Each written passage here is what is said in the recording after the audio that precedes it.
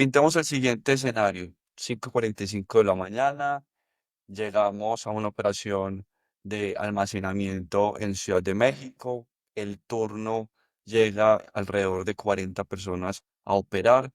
¿Qué determina si ese día se va a mover todo lo que se tiene que mover o si a las 2, 3 de la tarde va a estar todo en problemas? Bien. Con este escenario, Jonathan, lo primero que tendríamos que ver es la planeación y la capacidad. ¿A qué me refiero con esto? A estas 40 personas son suficientes para el volumen, no son suficientes, etcétera. En el supuesto que me estás comentando, entendamos que no es suficiente el personal que llegó a laborar y con ello tendríamos que echar mano de áreas alternas. Yo le llamo sinergias, que es buscar otras áreas operativas que pudiéramos dejar en stand-by o en pausa las actividades a realizar en ese momento para poder atender la demanda de venta, que es la prioridad para el negocio, ¿no? Me hablabas de planeación. Entonces, este tema de gestionar almacenes, gestionar personas, es más una ciencia o el arte de apagar incendios. Todos los días tenemos una urgencia que atender, ¿no? Esto es más que claro, por eso sí se considera que estamos constantemente en apagar incendios, pero al final del día debemos de contar con mucha información.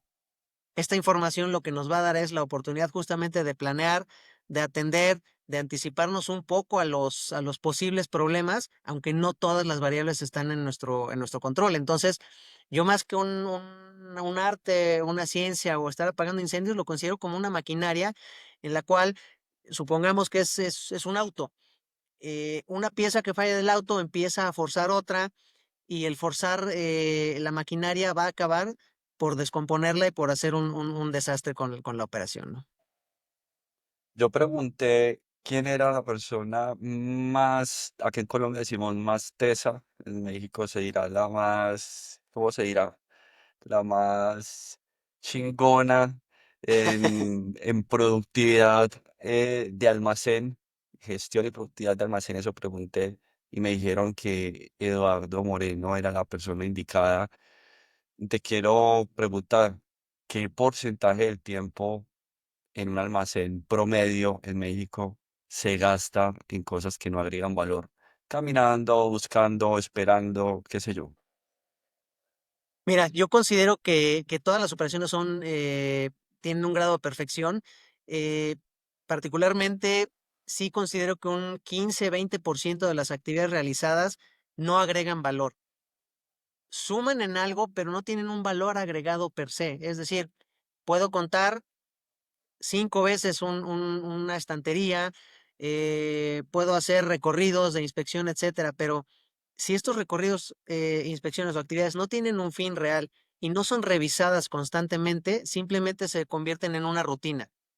Y tenemos que estarnos retando para ver si el proceso, si la rutina está siendo eficiente o no.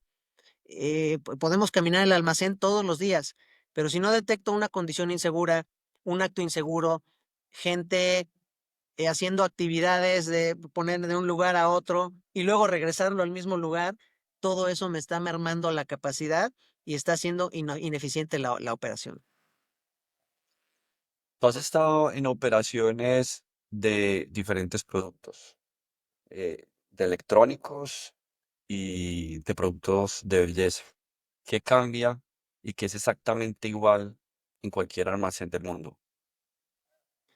Ok, la esencia es la misma y es muy simple, llevar el producto de un punto a un punto B, que es del almacén a mi punto de venta, del almacén al consumidor, del almacén a un subalmacén, a un centro regional de operaciones, dependiendo de la estrategia que estemos usando.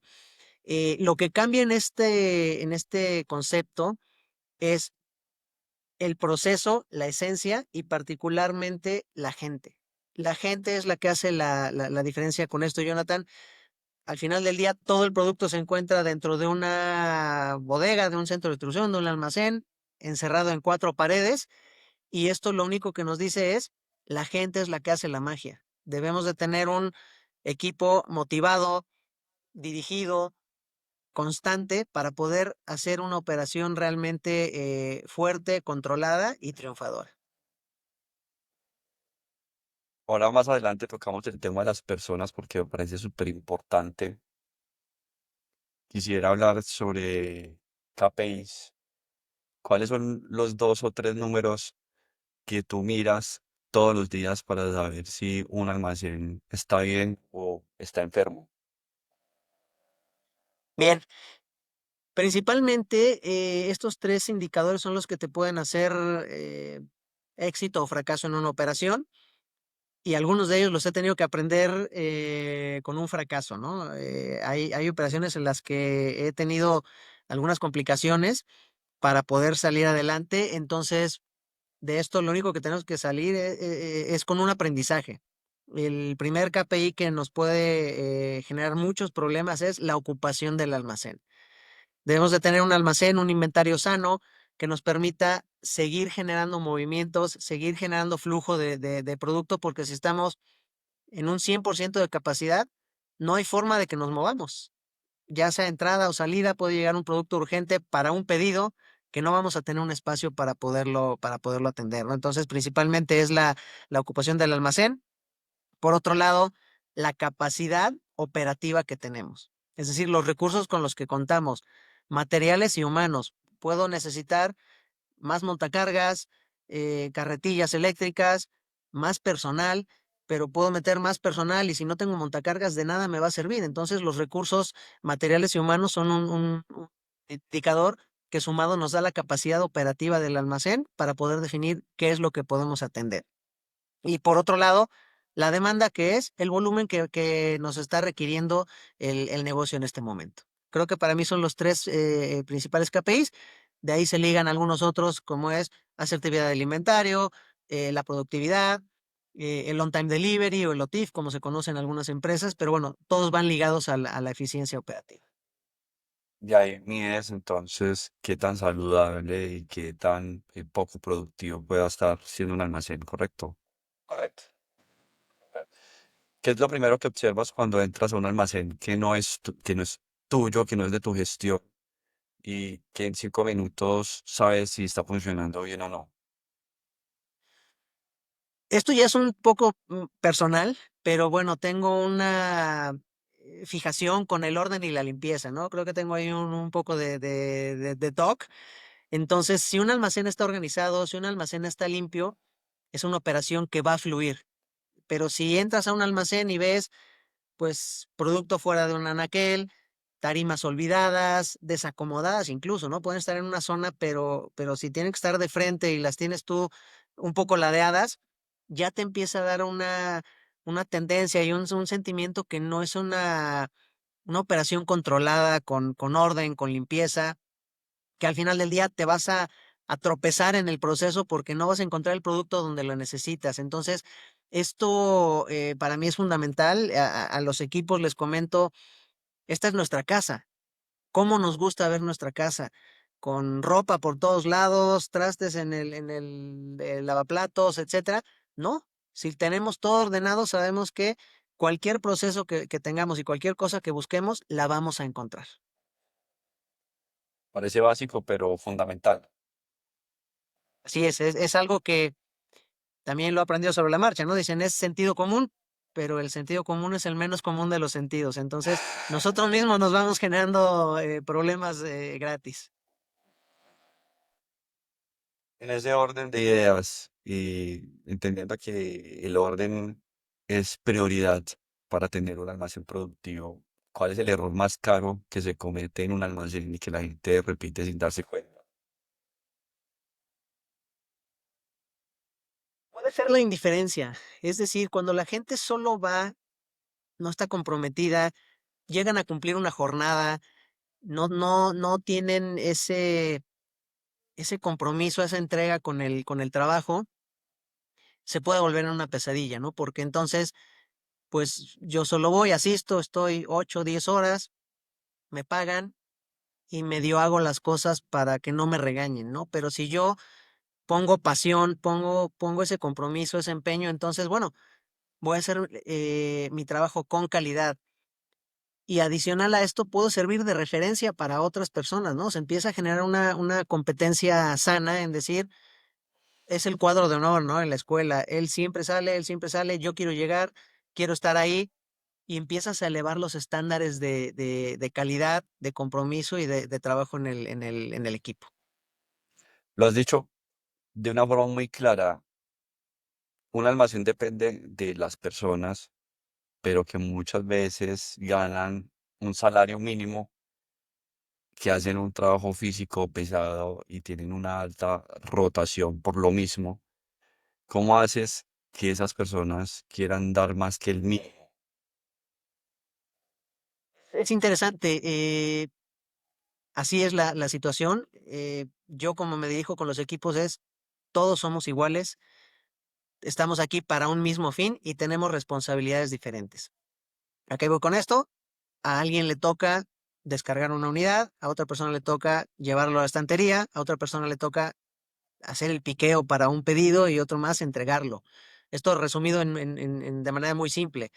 Entonces, cuando nosotros empezamos a tratar a nuestros colaboradores como personas, a entenderlos, a escucharlos, a saber sus necesidades, acercarnos con ellos y decirle qué necesitas para hacer tu trabajo mejor, porque las ideas salen de ellos. Ellos son los que lo viven todos los días. Entonces, cuando los empezamos a tratar, insisto, como personas, los consideramos, ellos se comprometen con uno como persona.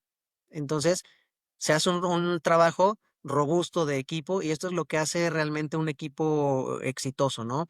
Podemos hablar de muchísimas historias, pero eh, la individualidad puede resolverte un partido, puede resolverte un problema, pero el trabajo en equipo y la colaboración te va a hacer ganar el título profesional. Si hablamos de escalabilidad de operaciones, y si alguien que nos escucha tiene un almacén que hoy, por ejemplo, está en 500 pedidos por día y quiere pasar a 800 sin duplicar en gente, en personal, ¿por dónde debería de empezar? Bueno, se tendría que hacer primero un barrido del proceso. ¿Para qué? Para saber lo que comentábamos en un inicio, ¿no? ¿En dónde estamos perdiendo tiempo? ¿Cuáles son las actividades que no generan valor? ¿Cuál es lo que ya tengo que desechar porque mi proceso lo implementé hace un par de años y el mercado cambia? Ese sería el primer paso, ¿no? Hacer este análisis del proceso para poder determinar en qué áreas podemos ser mucho más eficientes, qué tenemos que sumar, porque a lo mejor no es solo quitar, sino poder automatizar algo que salga del sistema que antes lo hacía yo manual en Excel. Todas estas cosas son las que nos podrían hacer ganar, pues, mucha productividad, mucha eficiencia y lograr el objetivo, ¿no? Adicional a eso, pues, bueno, también medir tiempos y movimientos y ver si la productividad calculada, la productividad base, pues, también ya tiene tiempo y las herramientas que hemos implementado nos pueden dar un mayor, porcentaje y celeridad para poder alcanzar la meta.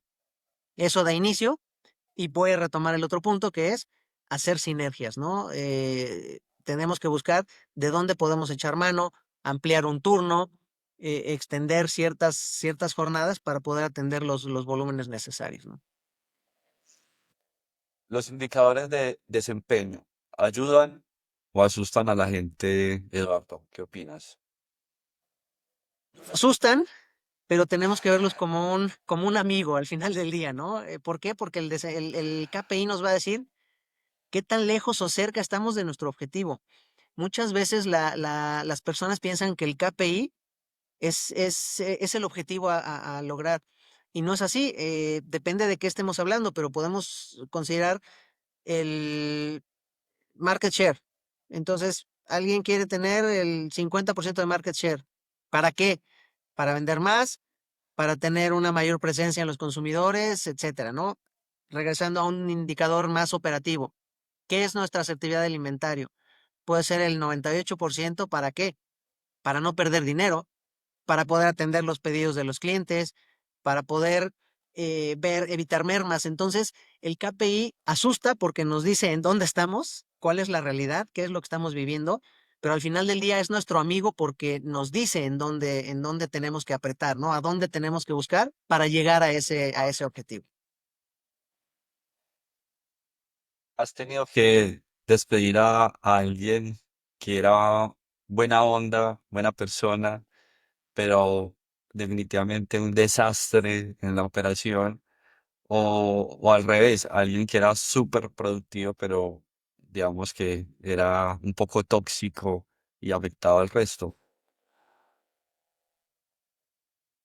Sí, o sea, a veces tiene uno que tomar decisiones y esta es una parte muy complicada, ¿no? En la gestión de los equipos porque todos somos personas y necesitamos avanzar el trabajo, tenemos ciertos motivados, etcétera, pero al final del día, si uno tiene claridad, si uno tiene transparencia, si uno comparte estos objetivos de manera clara con los equipos y das un seguimiento y dices, oye, esta persona no estás llegando a tu objetivo, estás atrasando al resto del equipo, etcétera, al final del día no se convierte en una sorpresa, ¿no? La persona sabe por dónde vas. Es muy diferente cuando dices, pues bueno, el objetivo es incrementar la productividad 20% y pasan 10 meses y no le das seguimiento, pues para esa persona sí va a ser una sorpresa porque va a decir, en 10 meses no viniste a verme y yo pensé que iba bien. Pero si al mes decimos, oye, era incrementar la productividad, no has hecho nada, ¿cómo vas? ¿Qué necesitas? ¿Cómo nos involucramos con ellos para poder acompañarlos y lograr el objetivo? Porque, insisto, no es un objetivo de la persona, es un objetivo en común y por un bien del negocio. Entonces, nuestra obligación o nuestra prioridad como líderes de equipo es acompañar, habilitar y dar las herramientas a los equipos para que puedan desarrollarse. Desafortunadamente sí, hay personas que no dan seguimiento, no despuntan y pues al final del día tiene uno que llegar y decir, los objetivos eran claros, dimos seguimiento, te acompañé, no llegaste, pues lo siento, ¿no? Tenemos que buscar a alguien que sí nos ayude para mejorar. Le sumaría ahí al tema del tener claras las expectativas. Yo tengo unas expectativas y poder comunicar de una manera asertiva que esas expectativas, cuáles son mis expectativas, en qué momento, en qué forma quiero o necesitamos que se cumplan. Y como tú dices, si eso está claro, pues al final, si se toma una decisión, pues no va a tomar por sorpresa a nadie. Está genial. Voy a decir algo y tú me corriges. La mayoría de los almacenes en Latam operan con una productividad mediocre y nadie sabe el por qué, porque sencillamente eh, nadie lo mide. ¿Qué opinas? Sí, mediocre es fuerte la palabra, pero al final del día sí es una productividad que puede ser mejorada. Sin lugar a duda, todos los almacenes pueden mejorar esa productividad. ¿Por qué no se hace? Porque volvemos al tema de la costumbre. Así lo he hecho, está bien, no he gastado, no me han pedido que ahorre, no me han pedido recorte de personal, entonces pues me mantengo en una zona de confort, que es como yo le llamo. Entonces, al final del día lo que tenemos que hacer es estarnos retando constantemente para poder mejorar. Si seguimos haciendo lo mismo, vamos a obtener el mismo resultado. Entonces, es siempre tener una mente abierta, una mente crítica para ver en dónde tenemos que estar apretando para avanzar con procesos, con tecnología. Ahorita que el mundo está tan cambiante, alguna herramienta, etcétera, siempre hay que estar alertas. Yo hoy día en el trabajo, pues me paro, ¿no? A ver qué está haciendo el equipo de loading o de unloading y digo, bueno, esto lo hacen manual, regreso a mi lugar y me meto a internet a buscar una herramienta, ¿no? Un diferente tipo de montacargas, algo que les evite trabajo físico, que pueda, en lugar de textear, que sea un escáner para que sea mucho más rápido, en lugar de estar tecleando algunos dígitos o números. Entonces, es justo, es tener esa iniciativa, esas ganas para poder mejorar. Pero sí, todos los almacenes tenemos la oportunidad de mejorar nuestra productividad. Hay algo que las empresas grandes hacen en sus almacenes que las pymes podrían copiar mañana sin gastar un peso.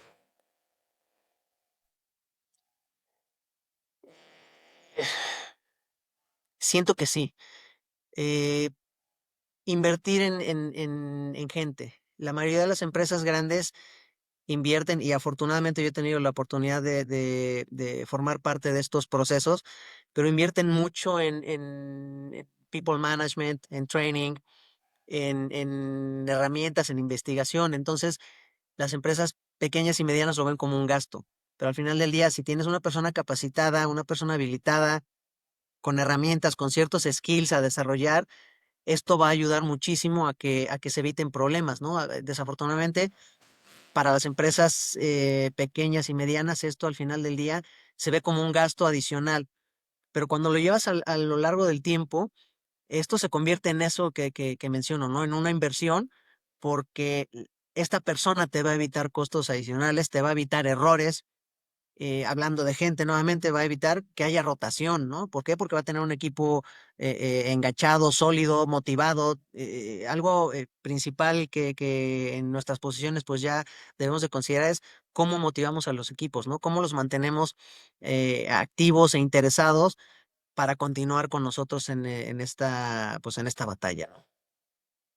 Eduardo, se habla mucho de equipos de alto rendimiento. ¿Esto se puede replicar en un almacén, en un centro de distribución o es simplemente algo que escuchamos en las oficinas administrativas?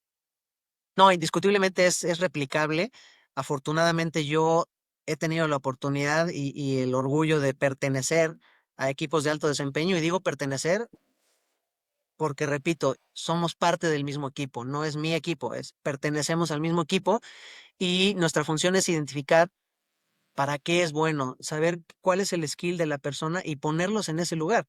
Debemos de considerar dos variables. Uno es para qué soy bueno y la otra es si me gusta.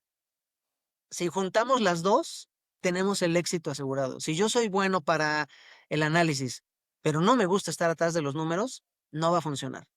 Si yo soy bueno para hablar, para hacer marketing, networking con los equipos y me ponen a vender, voy a tener el mejor de los éxitos, porque es lo que me gusta y es para lo que soy bueno. Entonces, esa es nuestra función como líderes de un equipo, identificar los potenciales de cada uno de los colaboradores, hablar con ellos, preguntarles cuál es tu interés, hacia dónde te quieres desarrollar, por dónde te quieres mover y ponerlos en esas posiciones. Lo demás va a pasar solo, la magia se va a dar sola. ¿Qué opinas de lo siguiente? El jefe de almacén es el puesto más subvalorado de toda la cadena de suministro. Mira, realmente todas las que estamos en operaciones estamos un poco, no subvaloradas, pero al final del día estamos detrás del telón, ¿no? Behind the scenes. Entonces, no estamos justamente en estos eventos de el lanzamiento de un nuevo producto, la convención de ventas, ¿no? El marketing, todo esto no nos alcanza, pero tenemos una gran ventaja. Todos los días tenemos un logro. Todos los días salimos adelante. De los problemas que se nos presentan cotidianamente, los resolvemos. Y entonces esto te da una satisfacción, te da dopamina, te convierte en una, prácticamente en una adicción porque tienes constantes retos y constantes aciertos. Entonces eso es lo que nos mantiene vivos. Por ejemplo, muchas personas pueden decir, llego a un punto de venta, tomo un producto, lo meto a mi carrito y ya, me lo llevo a mi casa. Otros, con un clic, haces una compra y en una hora, 2 horas, un día, el tiempo que esté establecido en cada uno de los vendedores, te llega el producto. Pero detrás de ese clic, de esa compra, hay un mundo de actividades y un infinito de personas trabajando para que tengamos esos commodities en nuestras manos, ¿no? Entonces, es una labor titánica, lo vivimos, voy a regresar unos años, pero lo vivimos en la pandemia, ¿no? Estábamos, bueno, estaba la mayoría de la gente encerrada y los centros de distribución de muchas empresas, empresas de alimentos, empresas de farmacéuticos, artículos de primera necesidad, estaban trabajando a tope. Esas personas no descansamos, no descansamos, estuvimos ahí. ¿Para qué? Para hacer que los demás pudieran tener lo que necesitaban en sus manos. Los del papel higiénico, mejor dicho, vendieron ese... Y nadie lo usaba. Ay, ay, Eduardo. ¿Y cuál sería el tabú más grande en gestión de almacenes? Eso que todo el mundo sabe, pero que nadie dice a voz alta. ¿Qué podrías comentarnos? Eh, justo, en los almacenes ocurre todo, ¿no? Hay personas, insisto, los productos ahí están, pero se mueve y todo se gestiona gracias al esfuerzo de las personas. Entonces, hay familias trabajando ahí, hay tristeza porque dejan a sus hijos, hay compañerismo, se forman equipos de fútbol. Entonces, bueno, al final del día es es una familia inmensa. Las últimas dos empresas donde he tenido la oportunidad de colaborar, hay más de 800 personas en en un centro de distribución, ¿no? Entonces, esto se vuelve sumamente retador porque al final del día nuestro objetivo es, como llegamos al almacén, tenemos que salir, ¿no? Y esto lo llevo un poco a la situación de seguridad. ¿Por qué? Porque es una zona de riesgo, no es una oficina donde pues te puedes caer, te puedes pegar con un cajón, cuestiones de ese tipo, pero en los centros de distribución hay equipos motorizados, ¿no? De más de 2 toneladas, hay maquinaria, hay muchos riesgos. Entonces, la prioridad de mis operaciones y de mis equipos es la seguridad. La gente, podemos decir, perdimos una cita, podemos decir, llegamos tarde, podemos decir, no encuentro un producto, pero no podemos darnos el lujo de decir, alguien se lastimó, esta persona está hospitalizada y mucho menos hablar de de una fatalidad, ¿no? Sí. Suena que es una situación distante, pero no lo es. No, no es tan distante como uno pensaría. O sea, en los almacenes, en las operaciones pasan cosas de estas. Eduardo, si un CEO, un director general, gerente general de una empresa te dijera el almacén solo es un costo, no genera valor, ¿qué le responderías? Es cierto, el almacén es un costo, el almacén no vende, el almacén es una añadidura para el negocio, ¿no?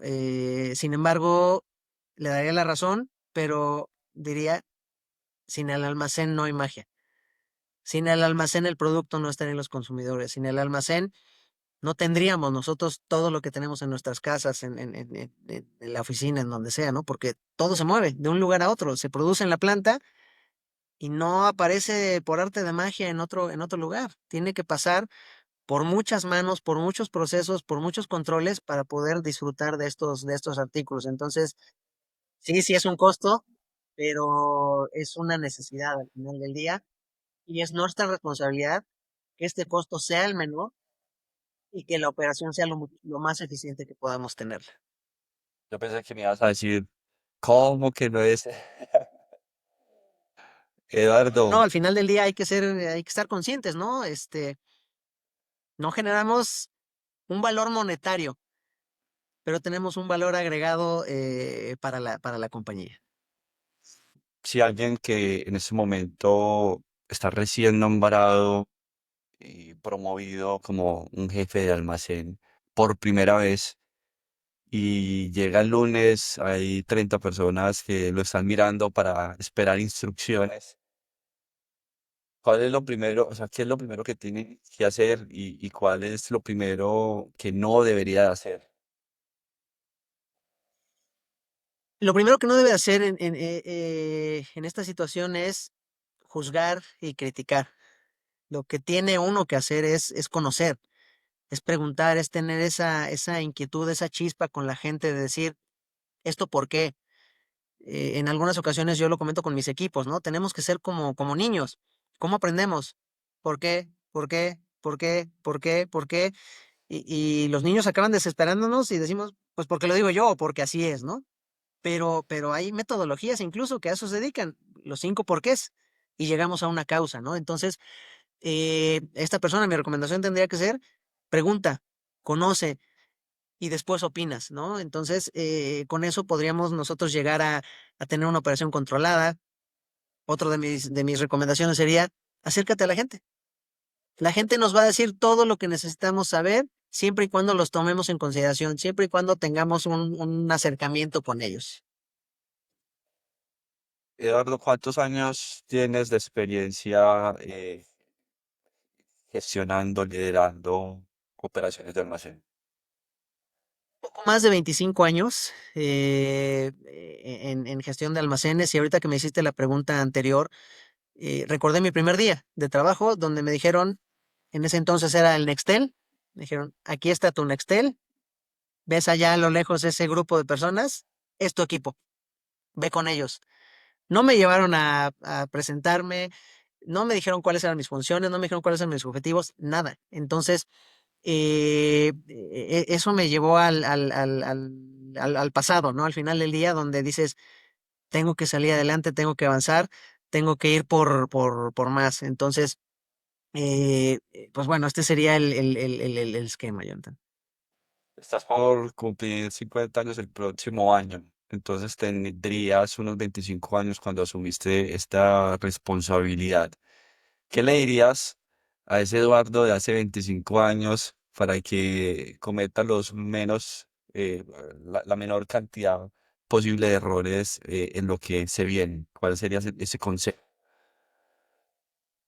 Al final del día empieza uno a tener responsabilidades, a tener un poco de poder también, ¿no? ¿Por qué? Porque entonces eres líder de un equipo y puedes ser joven y trabajas en una empresa transnacional, etcétera. Entonces creo que lo importante es eh, tener siempre los pies en la tierra eh, e ir hacia adelante, ¿no? Creo que a mí lo que me ha ayudado mucho, Jonathan, es la pasión que le he puesto a las actividades. No, no me dejo vencer a la primera, entonces es sigue adelante, ve por todo.